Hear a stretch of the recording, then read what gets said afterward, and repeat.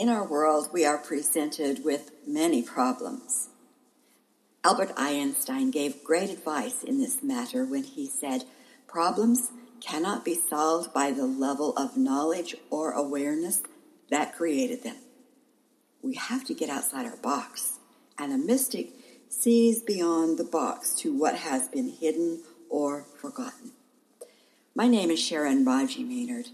It was curiosity that took me on a radical search for answers, and those answers came from ancient ones in spiritual worlds. Their knowledge foundations this podcast. Come as you are to see situations through my eyes as we sit together. Diversity is a natural condition within humanity, and hearing diversity expands our capacities and our awareness. Listen to a mystic's view to hear, to be enhanced, and to consider other possibilities. I welcome you to this week's journey. Thanks for coming along. In past podcasts of A Mystic's View, I have shared how a view of the energy fields beyond the here and now can give insight into events playing out on the world scene. In this episode, I thought I would share the insight it brings to personal situations. It has become very well recognized that energy patterns become part of a package that is passed down from one generation to another, inherited or transgenerational trauma. In other words, what we see in our current day did not have its beginning in our current day.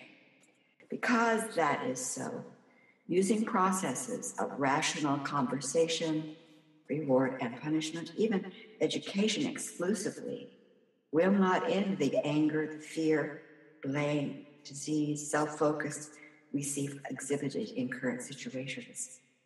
A short time ago, a young mother called to ask for some help. She has a 3-year-old child whom I had met. The child is a delight to be around, loves being with mom, imaginative, can play alone or is able to play with other children, very polite. Her call came as a surprise. He was crying beyond what was normal for him and being extremely clingy, almost to the point of panic. Her response was just to be with his behavior, treating it with the thought, "This too shall pass." Although we all have faced behaviors that we cannot explain or understand, the tendency to just let it pass, common to us all, is not an ending of behavior. She heard some tiny voice, inner voice, say, "Check this out," and therefore the call. On the surface, it appeared as an anomaly in an otherwise well-adjusted child. To a mystic, the law is sure. What manifests into life has a reason, an imprint, a seed program that is held stored somewhere in energy, which is way beyond physical and yet includes physical. So the insight is not enough of, "Oh, this is unusual behavior." Rather, the insight is in answer to the question, does this bring a sense of good, of peace, creativity, or joy to my child? And in this case, the answer was a clear not. The manifested experience was one of constriction rather than expansion. So this manifested form as feelings and behaviors was not acceptable for his life. Her request to me came from her sense that this off was an abnormal, and what can then be done? Telling her I would get back with some answers, I hung up and went into what I call my sacred, sovereign, divine space. My purpose was to ask about this situation and to hear from those in the unseen worlds. Something important to note is that it is within relationships with others that we are encouraged, we are uplifted and inspired, or we are abused, traumatized, and discounted. And so the message within those situations that get triggered from relationship will expose a seed stored in our greater field of energy. The vibration of the seed is radiating, it broadcasts into our greater field, and that unseen seed shows up as a plant. In other words, a situation. Generations ago, and more than in one lifetime, this boy had a father that he adored. In each lifetime, at a very early age, that father had been absent through death, disease, or in some instances, was killed.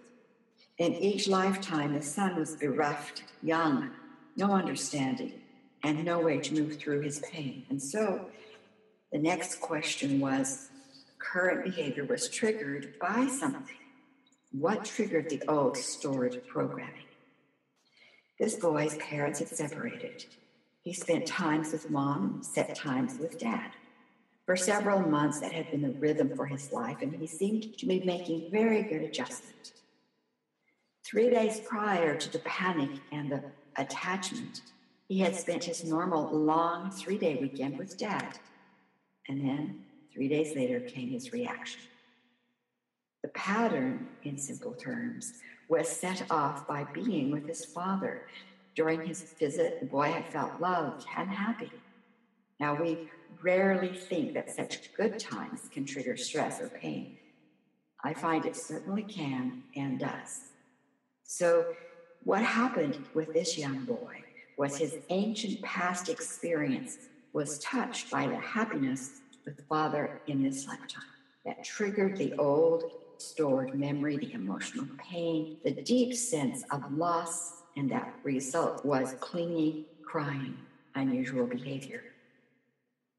On the surface, we would assume that feeling loved by a father would assure the child of his worth, but in transgenerational memory, it is often the present-day love that activates the old stored memories of loss. So what to do, that is the most important step. And again, time travel, imagination are the keys. So we go back to that father's life, that son being in that love, in the power, in the connection. And we let that feeling expand in our imagination in that circle. Feel it, let it expand, that sense of value, part of being something bigger than self within the soul of this young boy. And since our souls will always walk and move between worlds and what we call death, it is not a soul's intention to experience this movement as loss or endings or void. We must sit with it differently. So we sit with the young boy in that past life and validate the love that he is feeling from his father.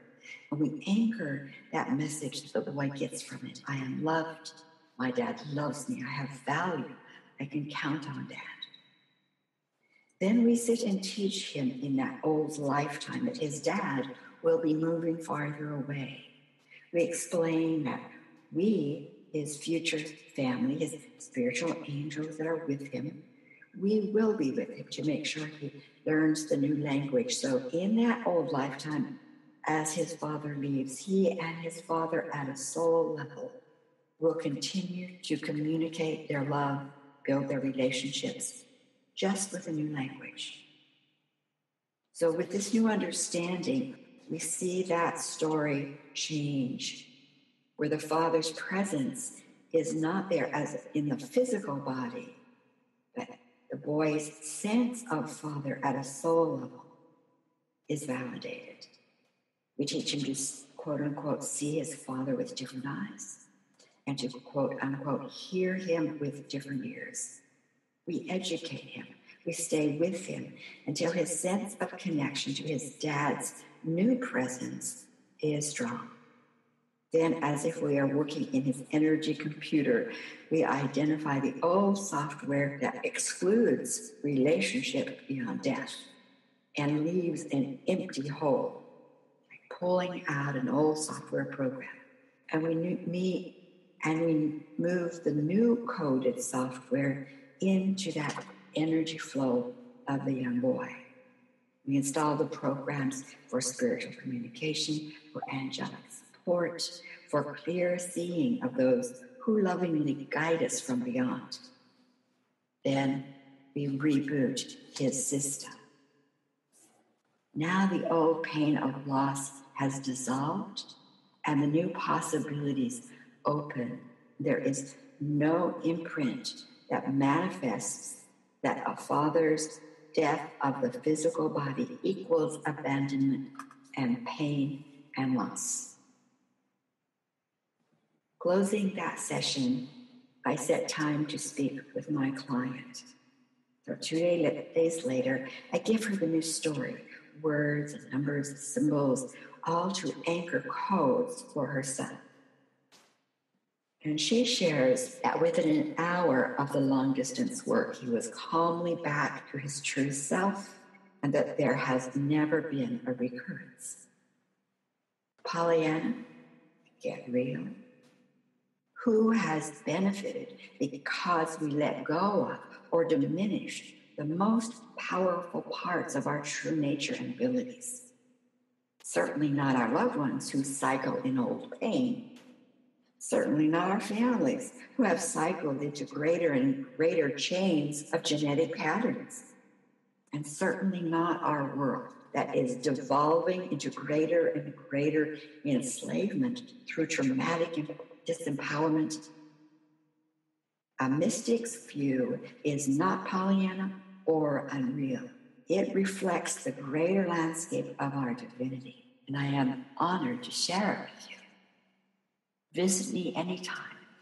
My website, www.sharonrajimaynard.com, my writings, teachings, and a place for comments and exploration. Blessings until next time.